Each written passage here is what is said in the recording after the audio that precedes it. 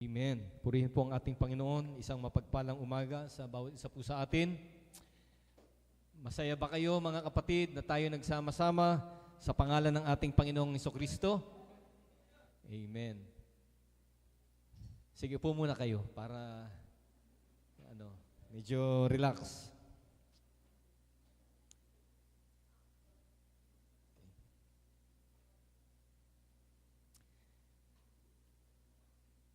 Last Friday, then Saturday, meron po tayong prayer and fasting.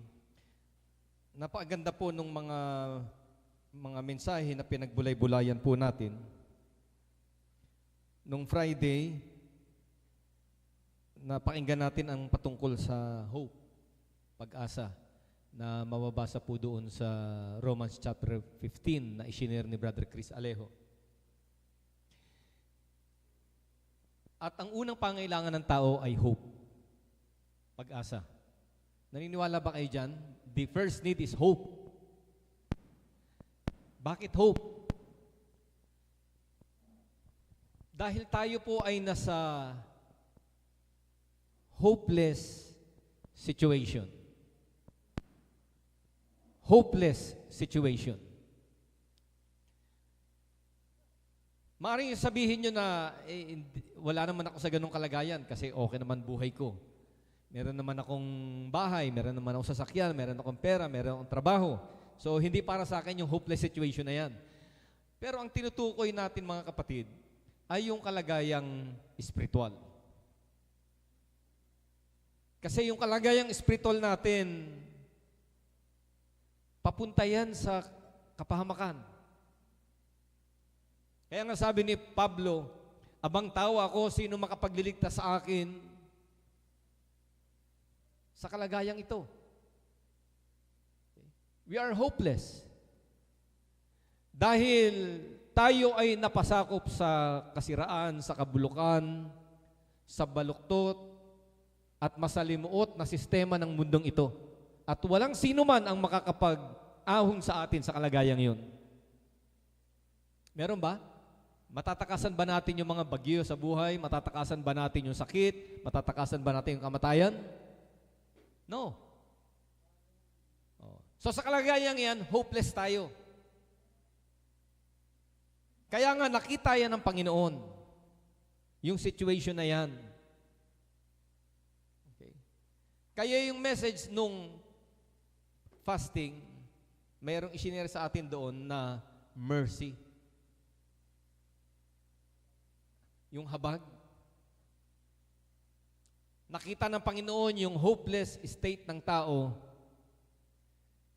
at ang Diyos ay nahabag. He looks beyond our fault. Hindi niya tiningnan yung ating mga pagkakasala, yung ating mga pagkakamali. Bagkus siya'y nahabag sa atin. Naawa siya. At nais ko pong ipaabatid ito sa mga guest natin na naririto at sa bawat isa sa atin. The first need is hope. The second need is mercy. God's grace. Biyaya niya. Pero kailangan nating tanggapin yung biyaya na yun na merong pagpapakumbaba. Humility of heart. Pagpapakababa sa harapan ng Diyos upang makamit natin yung biyaya na yun, mga kapatid. So hope, we're hopeless. Lahat tayo patungo sa kapahamakan, patungo sa kasiraan, karamdaman, kamatayan. But God, who is rich in mercy, while we were yet sinners, Christ died for us. Inabot tayo ng ating Panginoon. At sa kanyang pag-abot, pinadama niya sa atin ang habag ng Diyos at siya ay nag-serve. Yung kinuwento ni Kayil, nung wala ako, nag-share si Brother Larry about service, paglilingkod. Can you imagine yung Panginoon natin, nagkatawang tao, at nag-anyong alipin to serve, para maglingkod.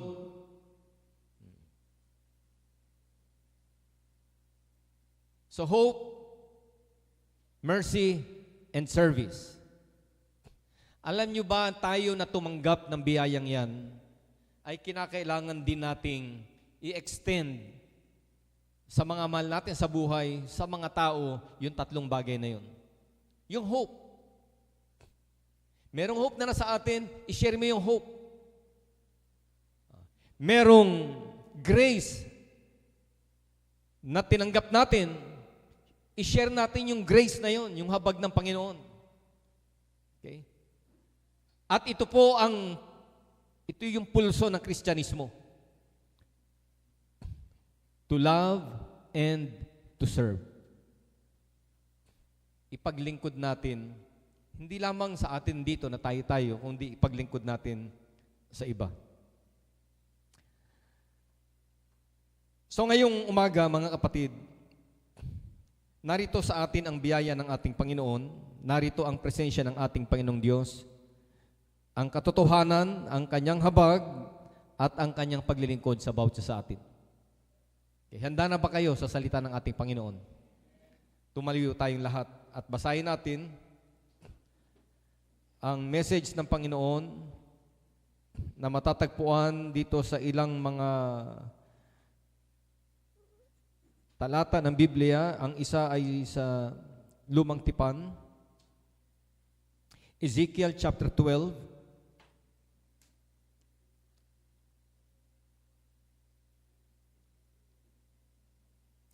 verse 25 hanggang 28. Ezekiel 12, 25 hanggang 28.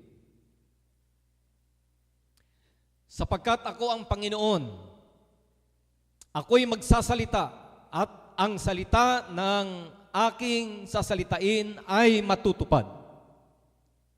Sabi nating lahat, ang salita ng aking sasalitain ay matutupad. Sino kumbinsido dyan na yung salita na sinalita ng Panginoon ay matutupad? Okay? Hindi na magluluwat pa. Ano yung magluluwat? Hindi na magtatagal pa. May mga tao kasi nagsasabing, hindi naman totoo yung salita ng Panginoon, hindi pa nangyayari. Lalo na yung patungkol sa mga hula, patungkol sa future, at sinasabi nila, ang sabi ng Bible, sa huling panahon, yung mga tao ay mangungutya. Nasaan na? Wala namang nangyayari. Hindi naman natutupad. Pero ano sabi diyan? Hindi na magluluwat pa, sapagkat sa inyong mga kaarawan o mapaghimagsik na sangbahayan, aking sasalitain ang salita at aking tutuparin, sabi ng Panginoong Diyos. Bagamat ang talatang ito ay tumutukoy sa bayang Israel, sa panahon na sila'y nagrebelde sa Diyos, tumalikod sa Panginoon, at dahil sa kanilang pagre-rebelde at pagtalikod, sila ay ibinigay ng Panginoon sa kanilang mga kaaway, kaya sila ay mga bayang mapaghimagsik. Pag binasa natin ang book na ito, Ezekiel, pati yung book of Jeremiah, yung panahon na ito, yung mga propeta, mga bulaan. At yung mga propeta nagsasalita ng mga bagay na hindi naman sinabi ng Panginoon. At yung mga propeta ay nagsasalita ng kabaliktaran doon sa mensahe ng Diyos. Kasi ang mensahe ng Panginoon, mabubuwal kayo. At kayo ay mahuhulog sa kamay ng inyong mga kaaway. That's the message of the Lord. Pero ano sinasabi ng mga propeta? Kapayapaan, magiging matiwasay, magiging maayos ang lahat. Tayo ay magtatagumpay. So kabaliktaran yung kanila sinasabi. Pero ano sabi ng Panginoon? O mapaghimagsik na sangbahayan, aking sasalitain ang salita at aking tutuparin, sabi ng Panginoon Diyos. At ito'y hindi maglilikat, hindi magtatagal, mangyayari. Bagamat sinasabi ninyong kabaliktaran, bagamat sinasabi ninyong ito ang mangyayari, kabaliktaran sa sinasabi ng Panginoon, hindi maglilikat. Yung totoong salita ng Diyos ay magaganap. Next verse. Muling, ang salita ng Panginoon ay dumating sa akin na nagsasabi, Anak ng tao, narito silang nasa sangbahayan ni Israel ay nagsasabi, ang pangitain na kaniyang nakikita ay malaong mga araw na darating at nanguhula ng mga panahong malayo. Maaring sa perception nila noon, yung hula ay malayo pa yan, matagal pa yan. Verse 28. Kaya't sabihin mo sa kanila, ganito ang sabi ng Panginoong Diyos, wala nang magluluwat pa sa aking mga salita.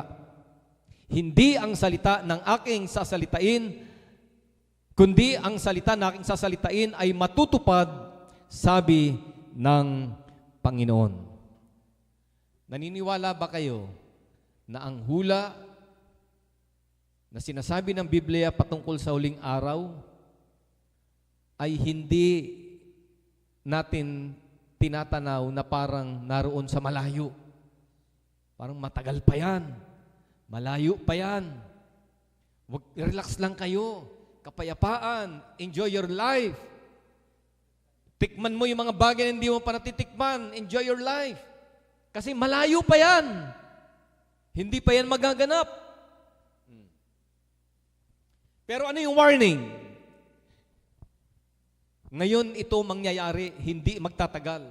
Kaya ano nangyari sa kanila sa panahon na yan? Marami sa kanila na sorpresa, na bulaga. Kasi yung inaasahan nilang malayo pa, biglang dumating. Nais kong sabihin sa inyo, ang Panginoon paulit-ulit nagsasalita ng kanyang mensahe. Matagal na nating naririnig, malapit na, darating siya, magaganap na ang hula. Huwag kayo magpagkakampante at sasabihin ninyong malayo pa. Dahil pag yan ay natupad, hindi maglilikat. Pag yan ay natupad at ikaw ay hindi handa, kagaya ng bayan ng Diyos sa lumang tipan, sila'y napahamak at sila'y nagkandamatay sa puot ng Diyos. Pero, ito nga, ang Diyos ay God of hope. God of mercy. God of service. He is not willing, hindi niya ibig na mapahamak ka, kundi ang nais niya ay maligtas ka. Okay? Manalangin tayo. Salamat, Panginoon, pagpalain mo ang iyong mga anak. Pagpalain mo ang iyong salita na aming papapakinggan ngayon. Hinihiling po namin ang kaunawaan, hinihiling namin ang pagkilos ng iyong presensya sa puso ng bawat isa, sa isipan ng bawat isa, na mahikayat ang bawat isa sa amin sa pagganap sa iyong kalooban upang kami ay huwag mapahamak, bagkus magtamasa ng iyong pag-ibig at ng iyong kaligtasan. Panginoon, marami pong salamat. Pinupuri ka namin, dinadakila, kinikilala ang iyong kagandahang loob sa bawat isa sa amin. Sa iyo ang kapurihan, in Jesus' name we pray. Amen. Okay. Palakpakan natin ang ating Panginoon, mga kapatid. Makakaupo na kayo.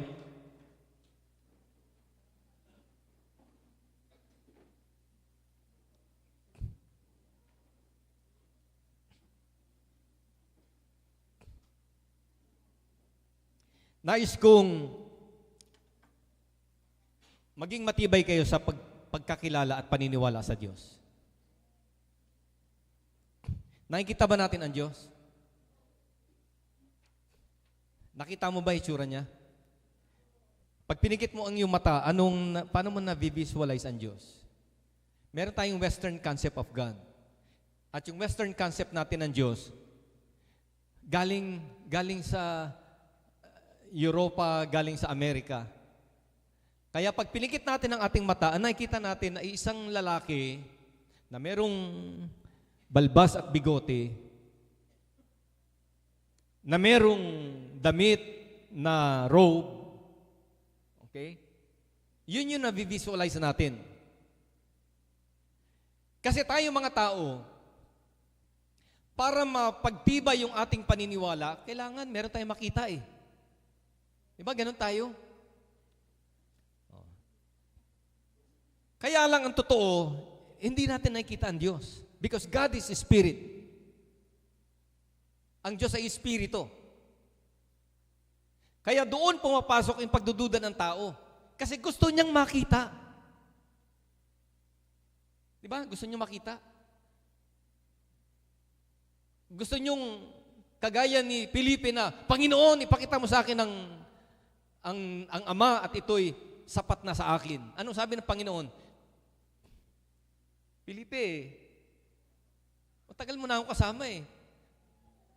Ang totoo niyan, kung i-contextualize natin, Felipe, yung hinihingi mo ay imposibleng mangyari. Hindi pwede. Bakit? Because God is a Spirit and no man hath seen God at any time. Because God is a Spirit. Okay. Ngayon, narito tayo nagtitipon. Nagtitipon tayo, hindi natin nakikita ang Diyos. Pero nais kong palakasin, patatagin ang inyong pananampalataya na bagamat hindi siya nakikita, siya'y totoo. Anong patunay? Meron tayong tinatawag na intuitive truth. Intuitive truth. Ano yung intuitive truth? Katotohanan base sa iyong nararamdaman. Okay. Now, the knowledge of God is innate. Yung kaalaman patungkol sa Diyos, ibig sabihin ng innate, yung kaalaman patungkol sa Diyos, nandoon yan sa pagkatao mo. Naroon yan. Okay? Hindi mo yan na-acquire through knowledge, through learning. Nung pinanganak ka, the knowledge of God is innate. Nariyan sa iyo yan. Anong patunay? Pumunta ka sa buong mundo. Obserbahan mo ang kultura ng mga tao. Wala naman nagturo sa kanila saan nila nakuha yung konsepto na meron Diyos. Bagamat iba't iba ang reliyon, iba't iba ang paniniwala, iba't iba ang practices ng tao. Pero bakit ang tao merong konsepto ng Diyos? Why? Dahil nung tayo'y pinanganak, tandaan natin, we are created in the image of God at merong likas sa atin na hindi mo maaalis sa iyong pagkatao, na sinasabi ng iyong konsensya, merong higher being. Merong being greater than you. And that is God. Kaya innate yan, mga kapatid. Ngayon, yung innate knowledge na yan patungkol sa Diyos ay nararamdaman mo sa pamagitan ng tatlong bagay na ito. Kaya nga kahit alisin mo yung Bible, hindi ka makakatakas sa katotohanan ng Diyos. Kahit di ka maniwala sa Bible. Pero hindi ko sinasabi mo kayo maniwala. Ang sinasabi ko lang, kahit i-deny mo ang Bible, hindi mo matatakasan ang katotohanan na mayroong Diyos. Bakit? Number one, meron tayong tinatawag na intuitive truth. Meron tayong, number one, ay sense perception. Ano ba yung sense perception? Yung sense, di ba, meron tayong 5 senses. Ano yung 5 senses natin, mga bata?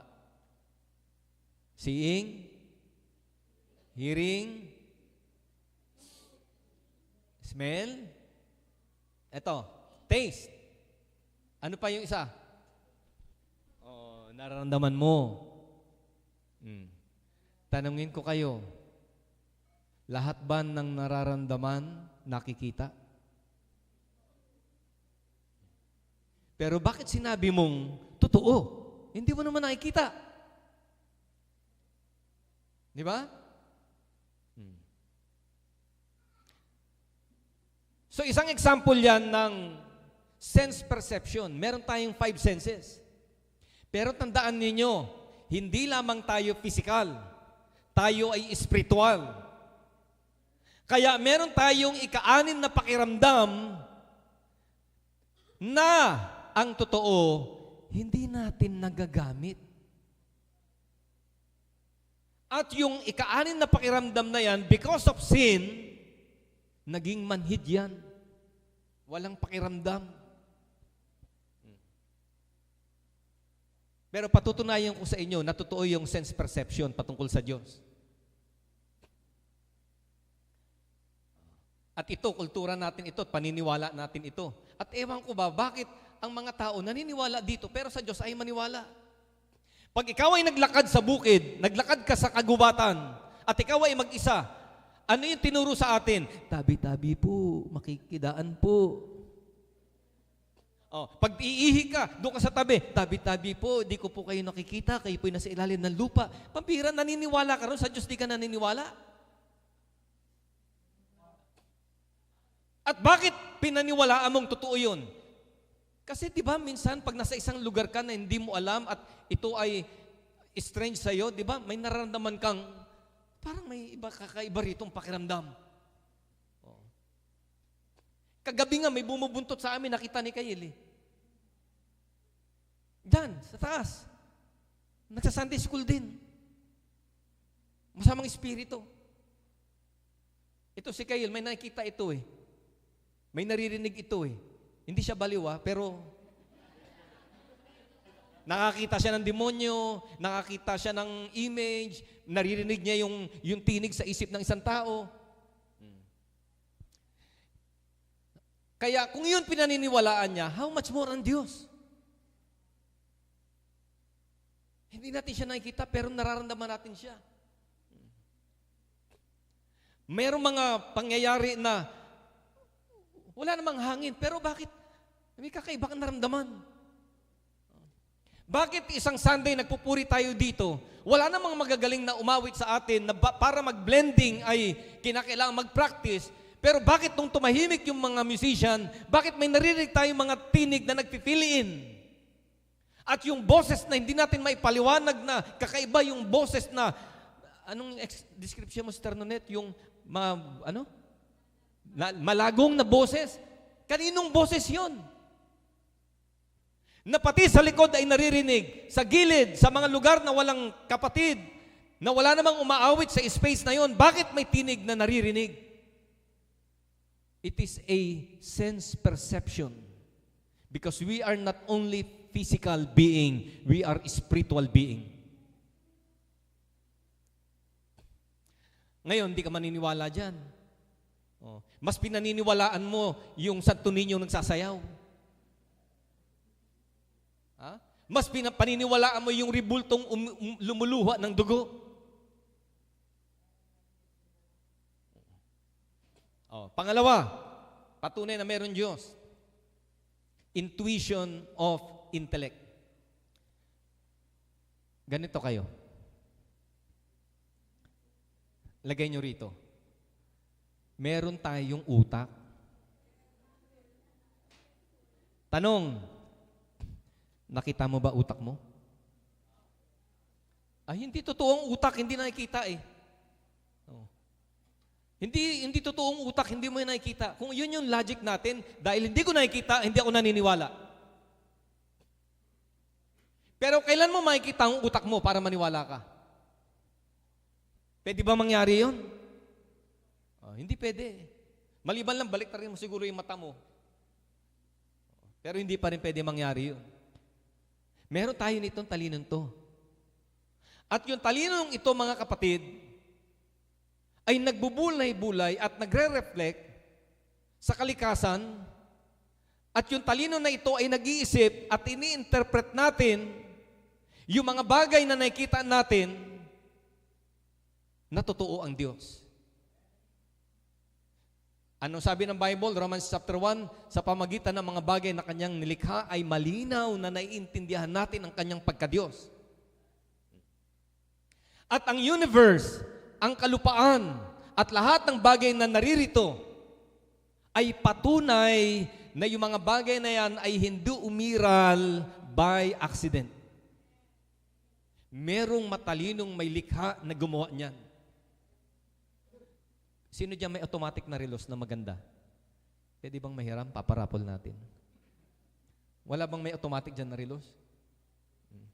O kahit di battery, basta't may kamay na gumagalaw. Ano yan? Gumagalaw ba yan? O. Tingnan niyo ito mga kapatid. Merong daliri.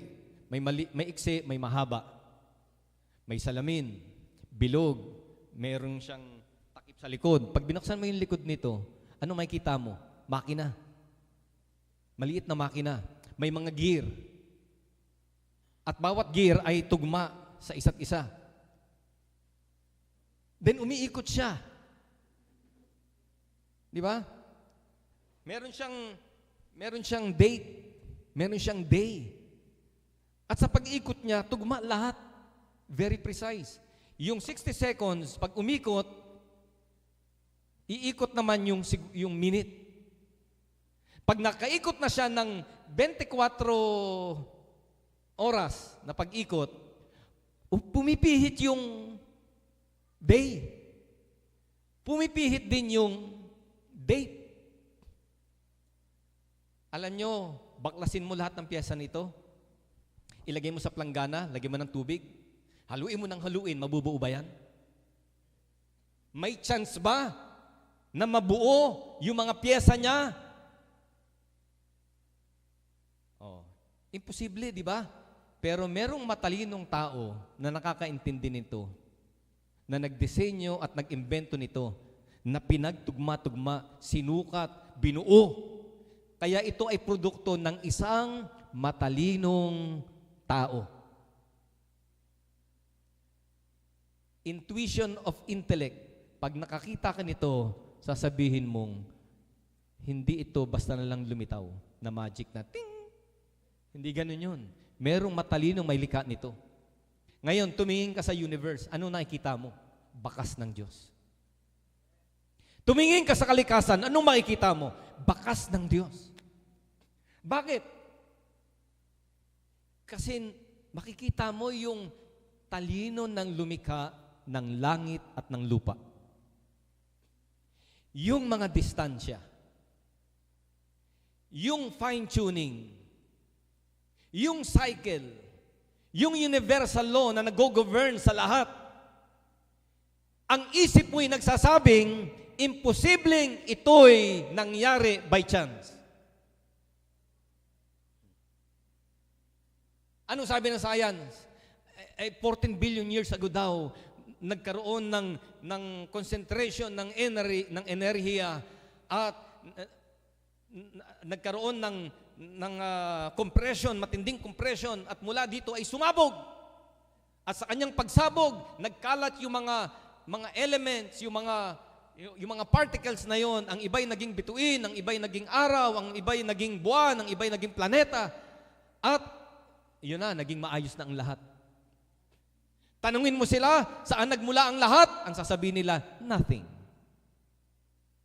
14 billion years ago, before the creation of the cosmos, there was nothing. Science yun. Ngayon, tanungin ko kayo ha, yung mga may utak ha, hindi ka naniniwala sa Diyos, tanungin ko sa'yo, tanungin kita, may kakayanan bang magpairal ng bagay ang wala? Can nothing produce something? Pwede ba? Pwede bang mangyari yun? Ay ka, Sydney. Si Sydney ba bigla na lang lumitaw? Mula sa isang singaw ng lupa at biglang may tining. Saan galing si Sydney? Pwede ba natin sabihin, nothing?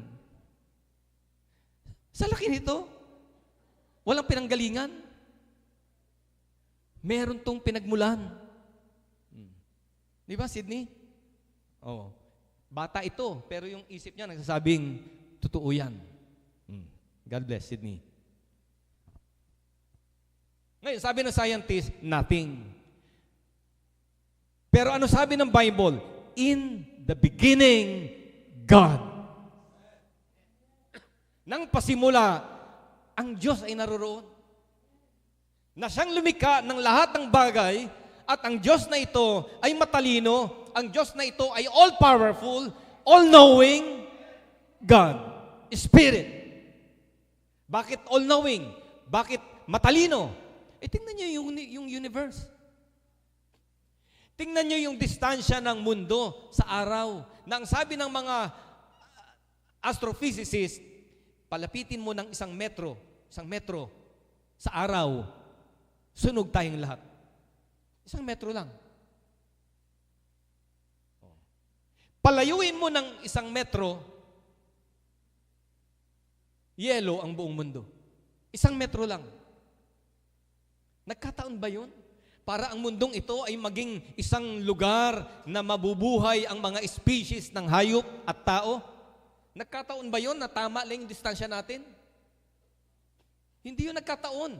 Yan ay produkto ng isang matalinong may likha na walang iba kundi ang Diyos. God, ang Diyos natin ay mahusay at matalino. Lahat. Bakit constant yung mga batas na makikita natin sa kalikasan, yung batas sa kalawakan, yung batas dito sa lupa? Kahit saan ka magpunta, the same principle, the same law na nag-govern sa atin. Because our God is great and we are not a product of chance. Merong may likha sa atin at isip mo, yung logic, yung utak mo nagsasabing, hindi ko man nakikita, pero yung bakas ay naroon. Totoong merong Diyos. Pangatlo, napatunay na merong Diyos. Yung attributes ng Diyos, nasa iyo eh. Yung attribute ng Diyos, nasa iyo. What is that attribute? The attribute of love. Pag-ibig. Tanungin ko kayo mga nanay, Sister Ana, may nagturo ba sa'yo paano mahalin anak mo? Bakit the moment na siya'y pinanganak, naroon yun? Diba? Wala nagturo sa'yo. Pero yung morals na yun, yung values na yun, nandoon na sa'yo eh. Kahit nga manok, kahit nga aso, pusa, hindi turuan, pero yung values na yon na pag-ibig. Di ba? Yung nag-anak ka, di ba? Nagkaroon ka ng anak. Kahit nga pangit yung anak mo eh.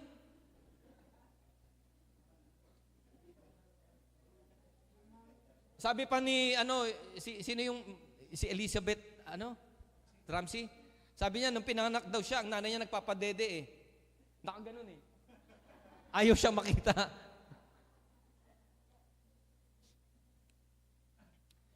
Pero saan galing yung attribute na yun?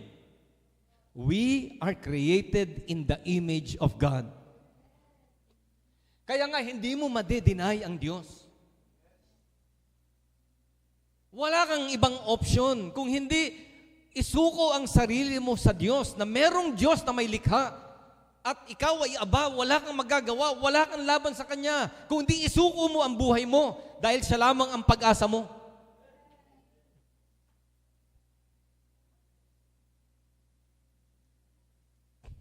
Kumbinsido na ba kayo na meron Diyos?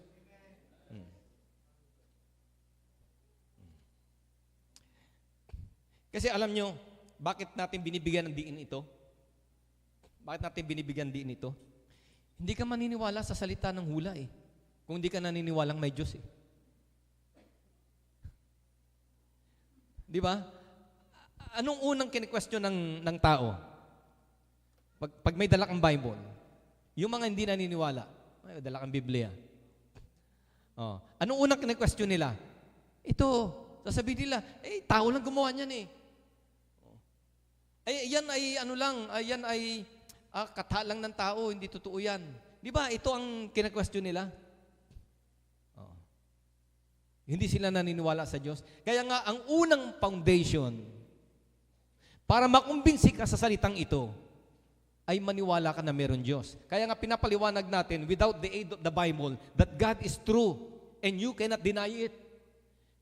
Kasi utak mo nagsasabing, merong matalinong may likha ng lahat ng bagay na yan. Pakiramdam mo nagsasabi na hindi mo siya nakikita, pero nararamdaman mo that there's a higher being. Yung values, yung moral na nasa iyo, saan galing yan? Wala naman nagturo sa iyo yan. Image ng Diyos na nilagay sa puso mo. Kaya hindi ka makakatakas. Kaya yung unang bagay na dapat tanggapin ng tao ay yung paniniwala na meron Diyos. Dahil ang kasunod niyan, pag naniwala ka na meron Diyos, hindi mo pwedeng tanggihan ang kanyang salita. Hindi mo pwedeng i-reject ang kanyang salita. Bakit? God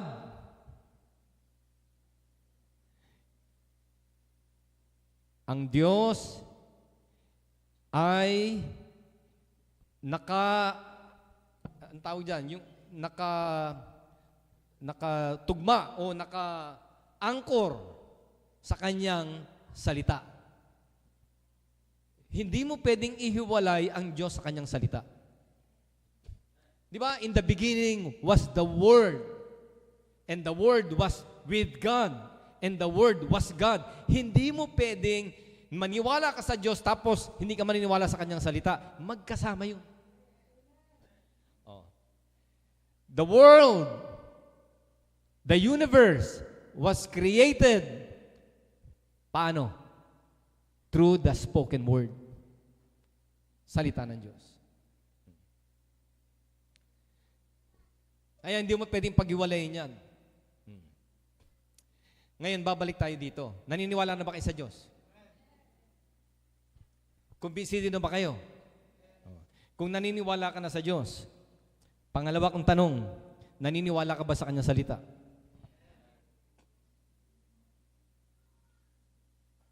Naniniwala ka ba na ang salita niya ay hindi maglilikat, hindi magtatagal, hindi mauudlot, hindi mapapako? Naniniwala ka ba ron? Naniniwala ka ba na sinasabi ng Bible, ang langit at lupa ay lilipas, pero ang kanyang salita ay hindi lilipas? Naniniwala ka ba na ang Diyos na matalino, hindi pa nangyayari ang isang bagay, sinalita niya na at nagkatotoo? Patunay na totoo ang salita ng Diyos. Anong patunay na totoo ang kanyang salita? Number 1,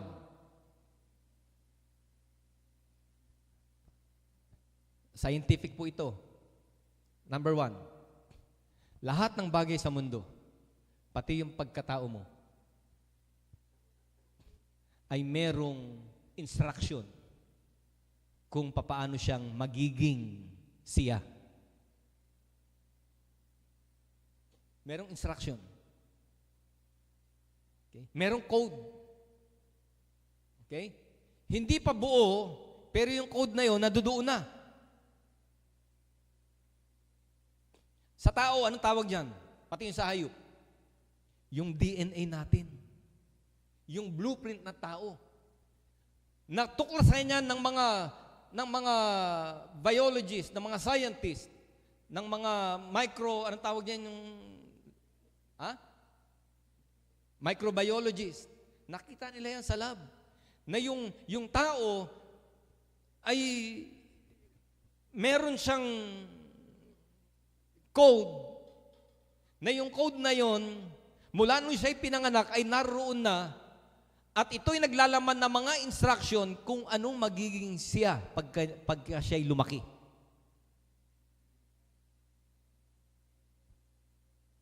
Instruction. Tingnan nyo, mga kapatid. Ano sabi ng Bible? We are wonderfully made. We are wonderfully made. Paano tayo ginawa? Through God's instruction. Kasi ang sabi ng Bible, nakikita niya, alam niya yung ating pagkatao doon pa lang sa sinapupunan ng ating ina.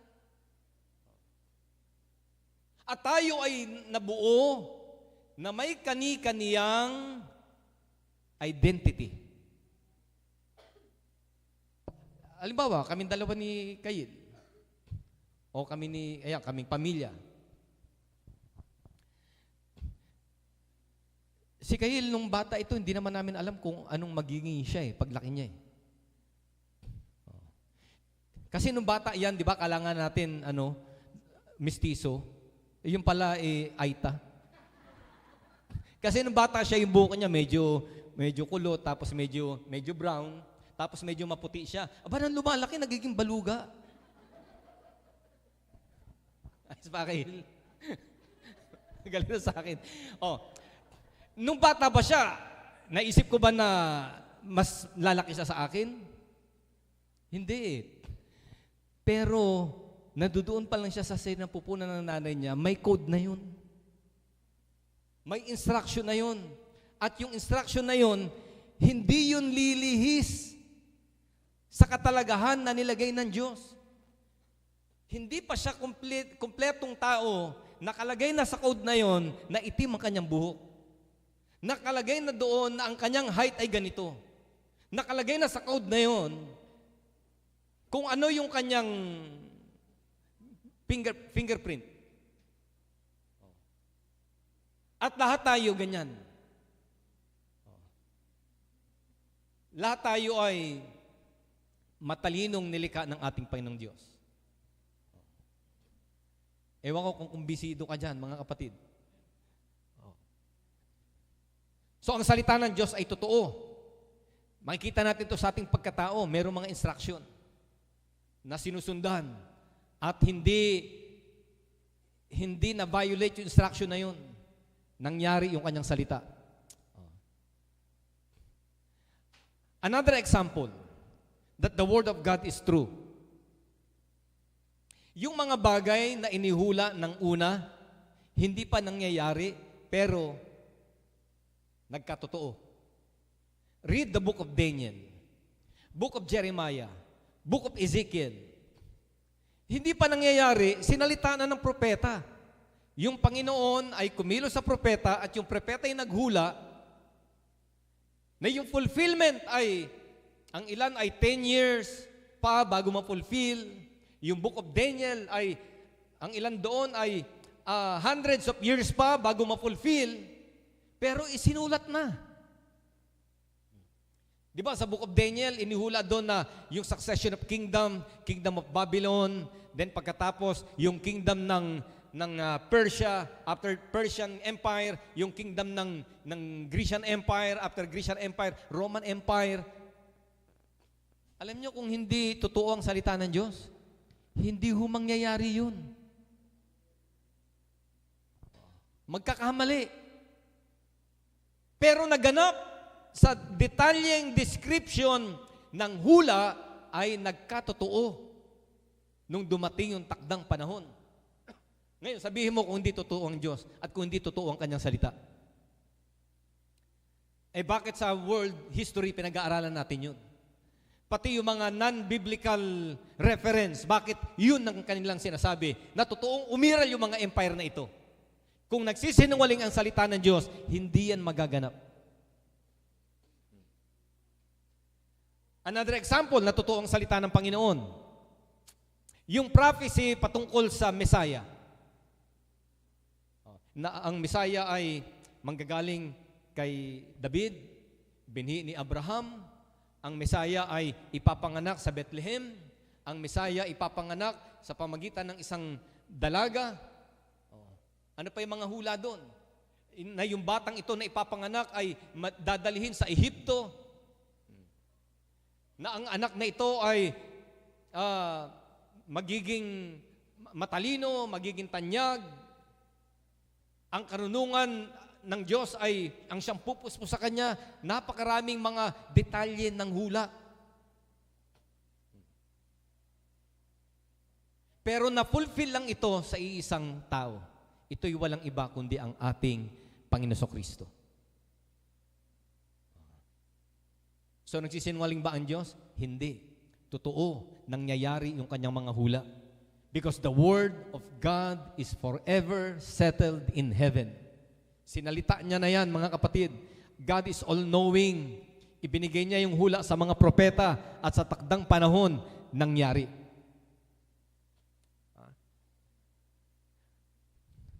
Next example. Yung mga hula sa Bible patungkol sa last days na tayo ang nakakasaksi ngayon. Yung hula sa Bible, inihula sa panahon nila, tandaan natin, ang Old Testament ay naisulat, na-compile, nabuo 400 years before the birth of Christ. Yung Old Testament. Kasi yung huling propeta, si Malakay, di ba? After Malakay, nagkaroon ng 400 silent years. So yung Old Testament, nabuo at na-compile 400 years bago pinanganak ang ating Panginoon Kristo. Pero 400 years. Siguro sabi nila, wala na, hindi na mangyayari yan. Pero in the fullness of time, God sent forth His Son, natupad. Ang buong New Testament ay naisulat sa first 100 years ng church history. Yung New Testament, from Matthew to Revelation, yung first 100 years. The book of John was written between 90 to 100 AD. Okay? So, ilang taon na lumipas? Ilang taon na? After, ano na tayo ngayon? 2024. Ibig sabihin, nasa 2,000 taon na. Close to 2,000 years. Pero balikan natin yung Testament. Ano yung mga hula doon na pumapatungkol sa future, hindi nila nakita, pero nakikita natin ngayon.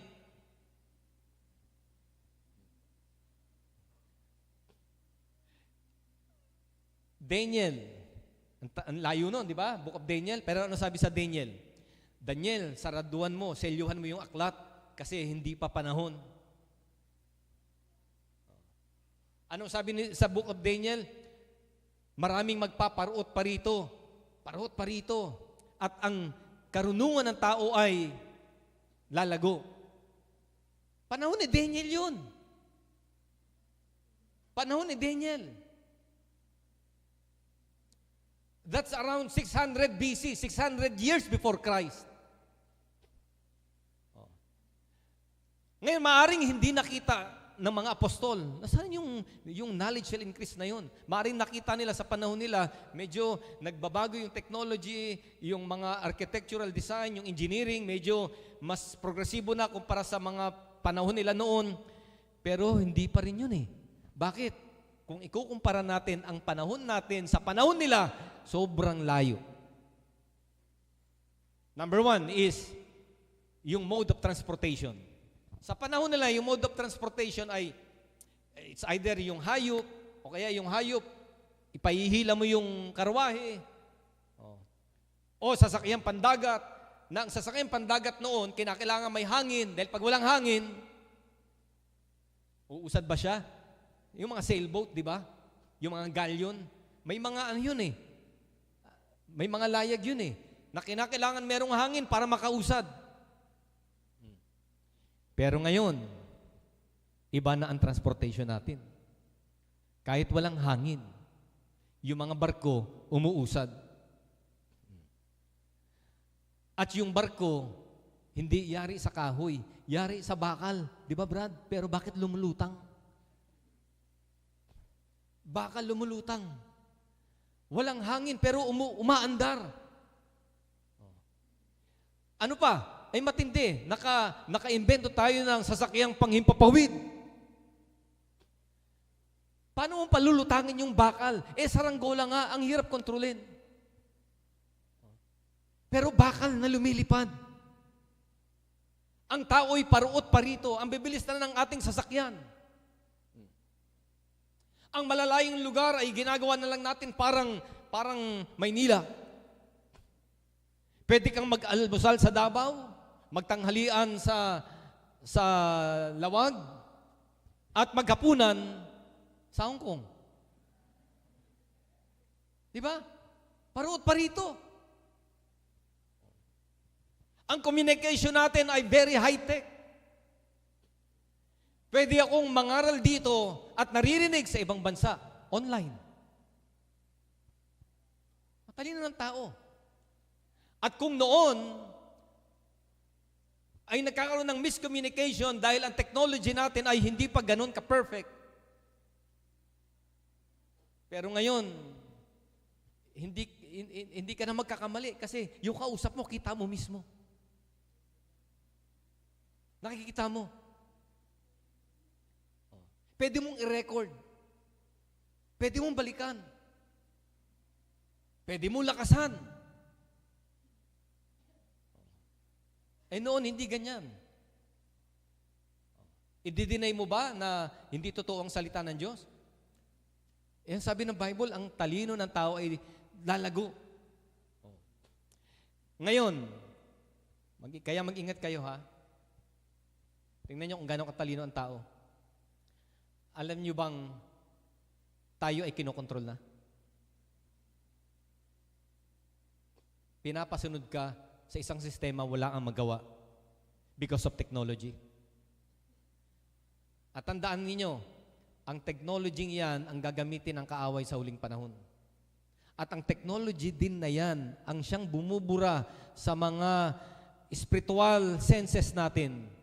Yung technology din na yan ang siyang umaagaw sa ating panahon. Yung technology din na yan ang siyang naglalason sa ating kaisipan upang paniwalaan natin yung mga kaisipan at mga ideology na hindi makadiyos. Kaya dapat maging maingat tayo. Yes, technology makakatulong, but the same technology ang siyang wawasak sa tao sa huling panahon. Ayaw nyo maniwala?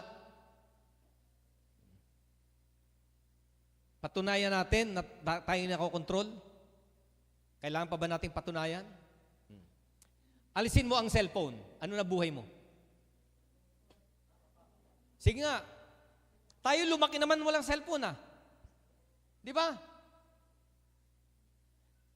Ang kinakausap ko yung mga matatanda ngayon. Yung mga tayo, na mga elderly. Lumaki tayo na walang cellphone. Pero, subukan mong alisin yung cellphone sa loob ng 2 araw. Ano mangyari sa'yo? Di ba? Nangangamba ka na, nasaan na yung anak ko, hindi ko na siya makommunicate, ano na nangyari sa kanya. Wala kang cellphone, wala kang communication. Samantala noon, di naman problema yan. Bakit? Kasi kontrolado na tayo ng sistemang yan. Whether we like it or not, yung sistemang yan, narito na sa panahon natin, na pag wala yan, parang hindi normal ang buhay natin. Totoo o hindi? Sa pag-aaral, di ba kasama na lagi yan? O, di ba? Alisin nyo yan. Sa tingin ninyo, makakasabay kayo sa pace ng aralin? Diyan na pinadadala ng teacher yung mga requirements, yung mga assignment. Di ba? Yung research, di ba? Very tayo, dependent sa technology. Ngayon, tell me kung di tayo nakokontrol niyan. At ultimong tatay at nanay, nakokontrol tayo niyan. Bakit? Kasi noon, wala pa yan, 9:00, tulog ka na. Ngayon, yung mga nanay, 12:00 na ng gabi, nakaganon pa. Yung mga tatay, 12:00 na ng gabi, nagpipindot pa. Talo na naman.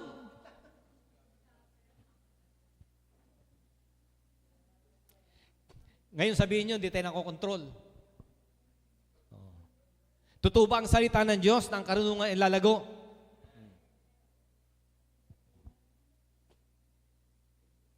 Ngayon, ano sabi ng Bible? Sa huling araw, magkakaroon ng mga digmaan, alingaw ng digmaan, magkakaroon ng pagdagsa ng mga bulaang propeta, magkakaroon ng mga salot sa iba't ibang dako, lindol sa iba't ibang dako. Ano pa makikita natin?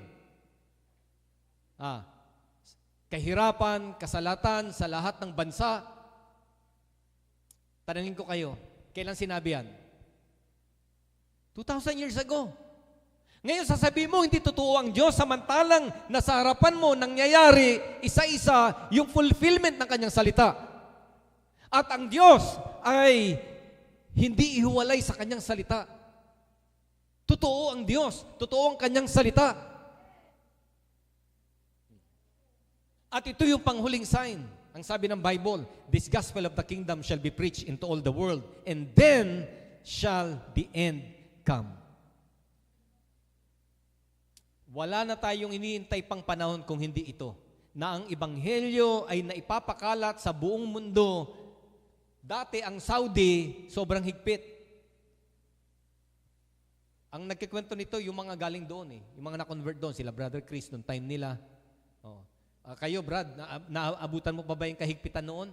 Na talagang pag nahulihan ka daw ng Bible, talagang merong penalty.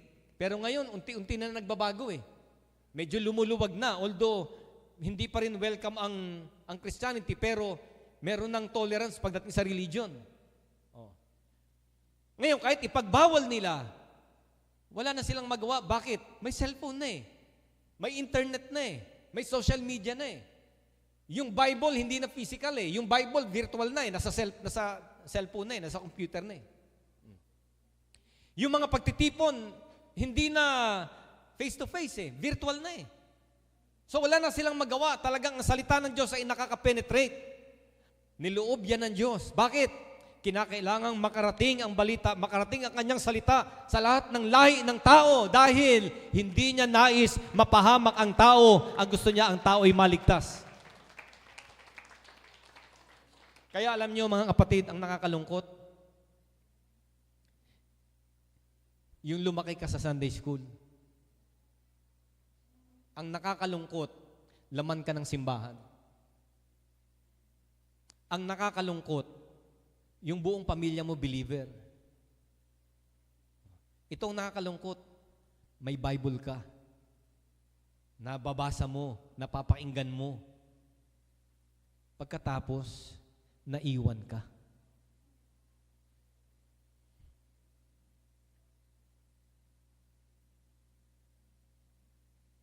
Yun ang nakakalungkot.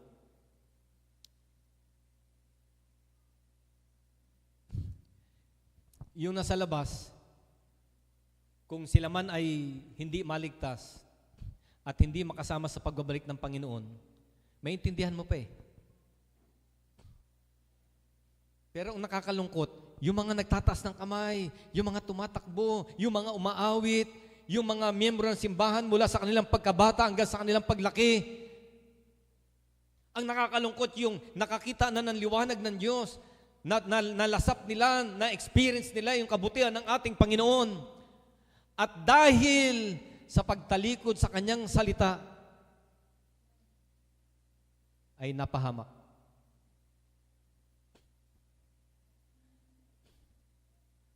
Tandaan natin, yung binasa natin sa Ezekiel, hindi maglilikat, hindi magtatagal.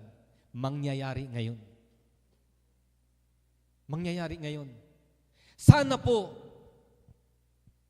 hindi lamang ganito attendance natin. Masaya tayo pag marami. Pero meron akong pangalawang sana. Sana po, tayong lahat na naririto, sa pagtunog ng trumpeta ay makasama sa pagbabalik ng ating Panginoon. Lahat tayo. Kasi hindi maglilikat. Hindi na magtatagal. Nakita na natin yung mga palatandaan at ang salita ng Diyos ay hindi nagsisinungaling. You cannot deny the existence of God and you cannot deny His Word. Dahil natutupad ang kanyang salita, ang kanyang hula. Nagaganap, tumingin ka sa Israel, ang time clock ng Diyos. Unti-unting natutupad ang kaguluhan doon na ang sabi ng Biblia, kapag nakita ninyo ang bayan ng Diyos na napapalibutan ng mga hukbo, tumingala kayo sapagkat ang inyong katubusan ay malapit na. Tapos ikaw ay wala lang. Enjoy lang tayo. Peace. safety. Pasyal lang muna tayo. Enchanted Kingdom. Mag-enjoy muna tayo. O mga young people, meron tayong activity, swimming. Alam niyo, dapat gawin natin sa panahon natin ngayon, babad sa presensya ng Diyos. Ang dapat gawin sa panahon natin ngayon, lumuhod ka, manalangin ka ng malalim. Na hanggat hindi mo nararamdaman ang presensya ng Diyos, huwag kang titigil. Ihanda mo ang puso mo, ihanda mo ang sarili mo, sapagkat ang pagbabalik ng Panginoon ay malapit na.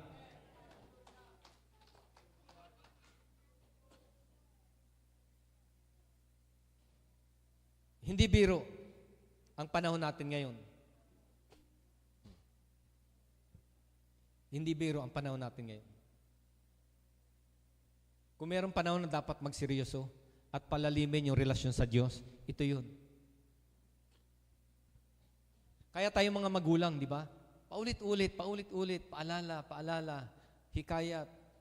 Di ba? Gusto natin makita natin yung mga anak natin mainit na naglilingkod sa Panginoon. Yung anak natin kapag prayer meeting, kapag altar call nagtataas ng kamay, umaawit. Di ba? Yung makita natin yung mga anak natin laging present. Di ba? Yung mga anak ninyo na anak ko na rin ang turing ko. Di ba? Makita natin sila na magtuloy-tuloy kayo sa Panginoon. Maging mainit kayo sa Panginoon. Bakit?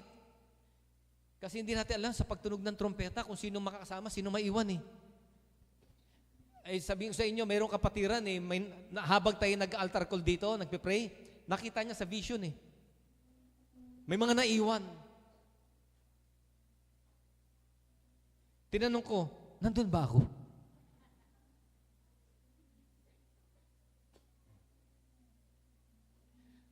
Sa bagay, baka hindi naman rapture yung interpretation nun.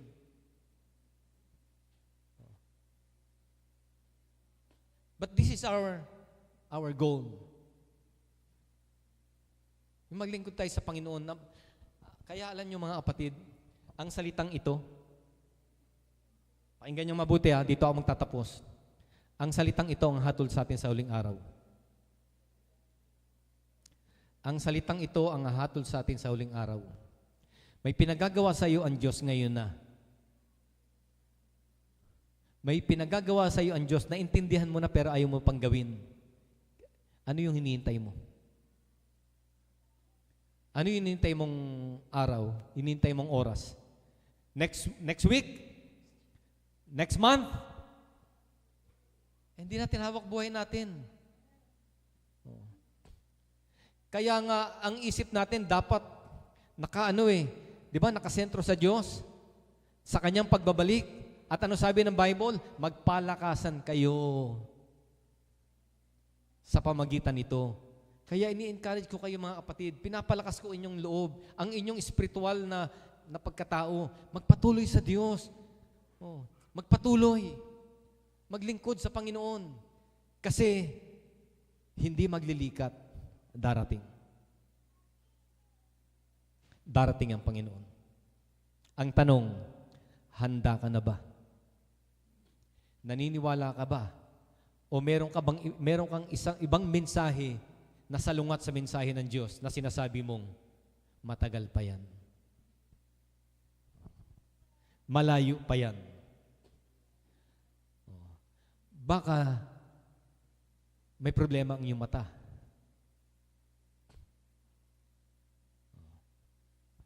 Baka nadadaya ang iyong puso na sinasabi mong matagal pa. Pero ang totoo, mabubunggo ka na. Nariyan na sa harapan natin, mga kapatid. So let us serve the Lord faithfully. Let us serve the Lord now. Dahil hindi maglilikat ang kanyang salita at ito'y matutupad. Masasaksihan natin, makikita natin. Ang tanong, handa ka na ba? Tayong lahat ay tumayo.